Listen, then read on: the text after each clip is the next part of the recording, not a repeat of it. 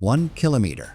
That's not a measurement. That's a statement. A country looked at the tallest building on Earth and decided it wasn't enough.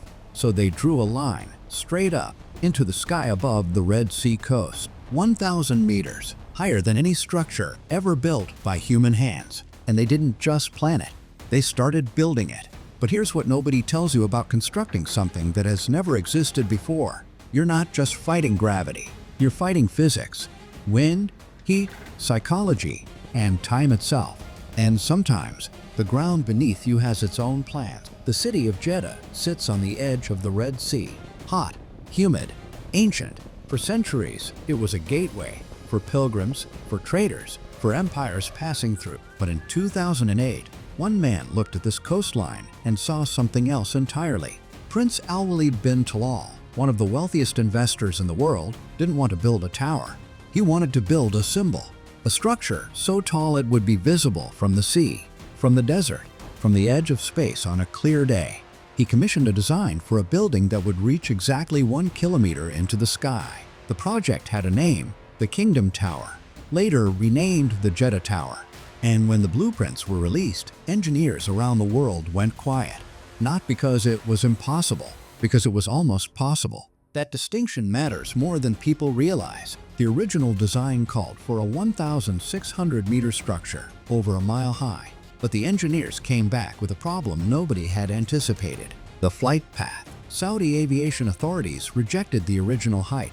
Military airspace, commercial corridors. The sky above Jeddah was already occupied, so the design was scaled back, but only slightly.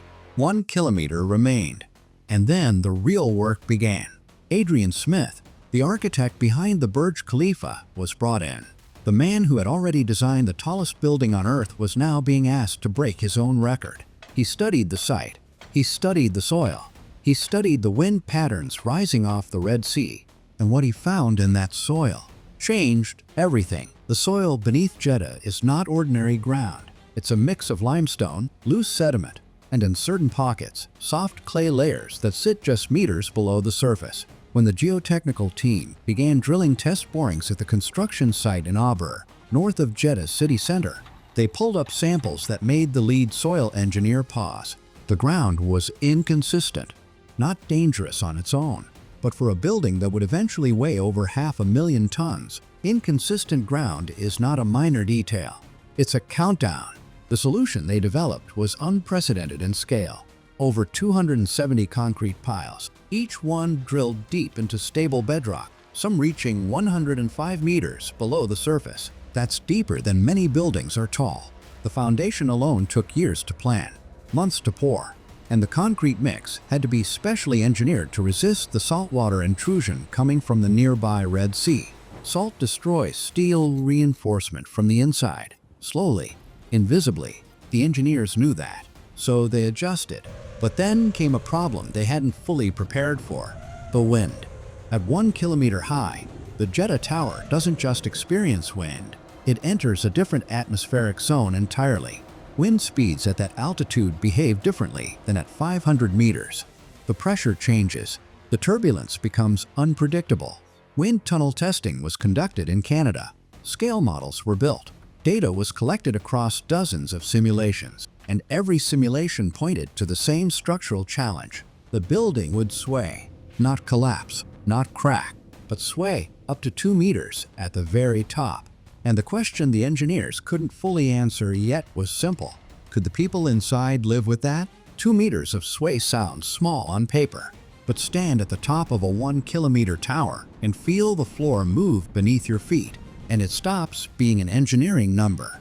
It becomes something deeply psychological. The human body can detect movement as subtle as a few millimeters. At 2 meters of sway, the sensation is not just noticeable, it's disorienting. Nausea, anxiety, a feeling that something is fundamentally wrong. The engineers had a solution: a tuned mass damper. A massive counterweight system, sometimes hundreds of tons, suspended inside the upper floors. When the building sways one direction, the damper moves the opposite way, canceling the motion, stabilizing the structure. The Burj Khalifa uses one, so does the Taipei 101. But at 1 kilometer, the forces involved are on a scale those buildings never had to confront.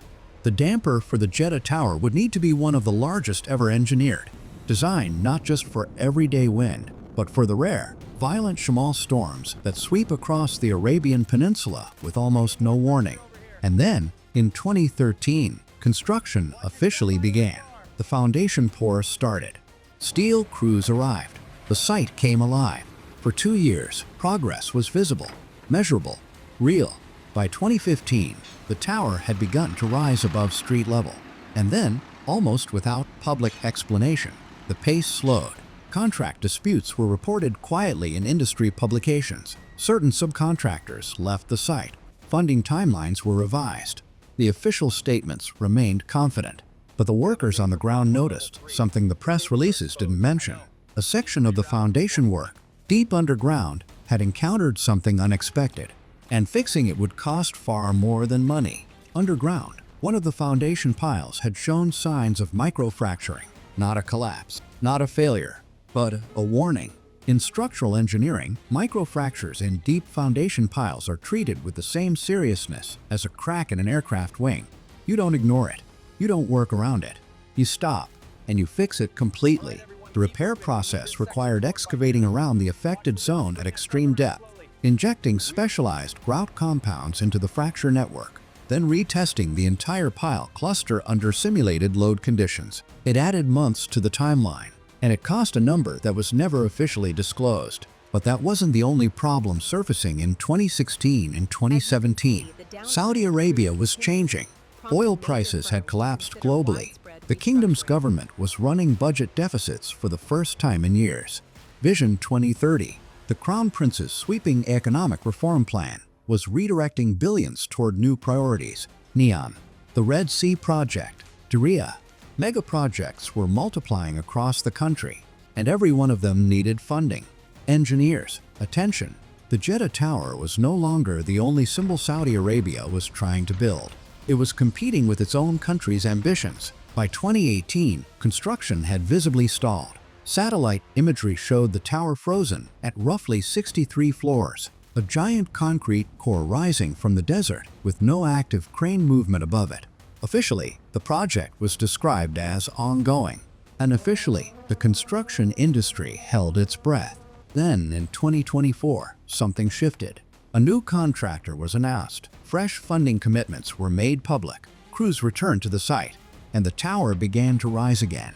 But the question nobody could answer was the one that mattered most. Could it actually be finished? The new contractor was Saudi Bin Laden Group, replaced mid-project after years of delays and internal restructuring. Their return to the site in 2024 came with revised schedules, updated engineering assessments, and one clear message: the tower would be completed. But engineers familiar with the project knew the hardest work wasn't behind them. It was directly ahead.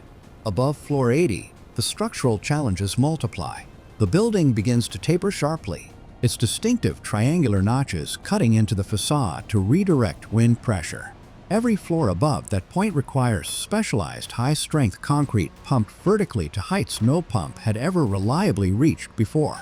The concrete mix itself had to be redesigned. Standard concrete weakens under the pressure and heat generated during extreme vertical pumping. A custom formula, tested over 2 years, was developed specifically for the upper sections of this building. Nothing about this tower borrows from what came before. Every solution is new. Every system is a prototype. And that is precisely what makes it extraordinary and fragile at the same time. When the Jeddah Tower is finally completed, it will hold the world record for the tallest structure ever built by human hands. An observation deck at over 630 meters, a hotel occupying its upper floors, a view stretching across Saudi Arabia, across the Red Sea, toward the distant outline of Africa on the clearest days. One city, one tower, 1 kilometer, built on difficult ground, in punishing heat, through financial crisis and political transformation. It was never just a building.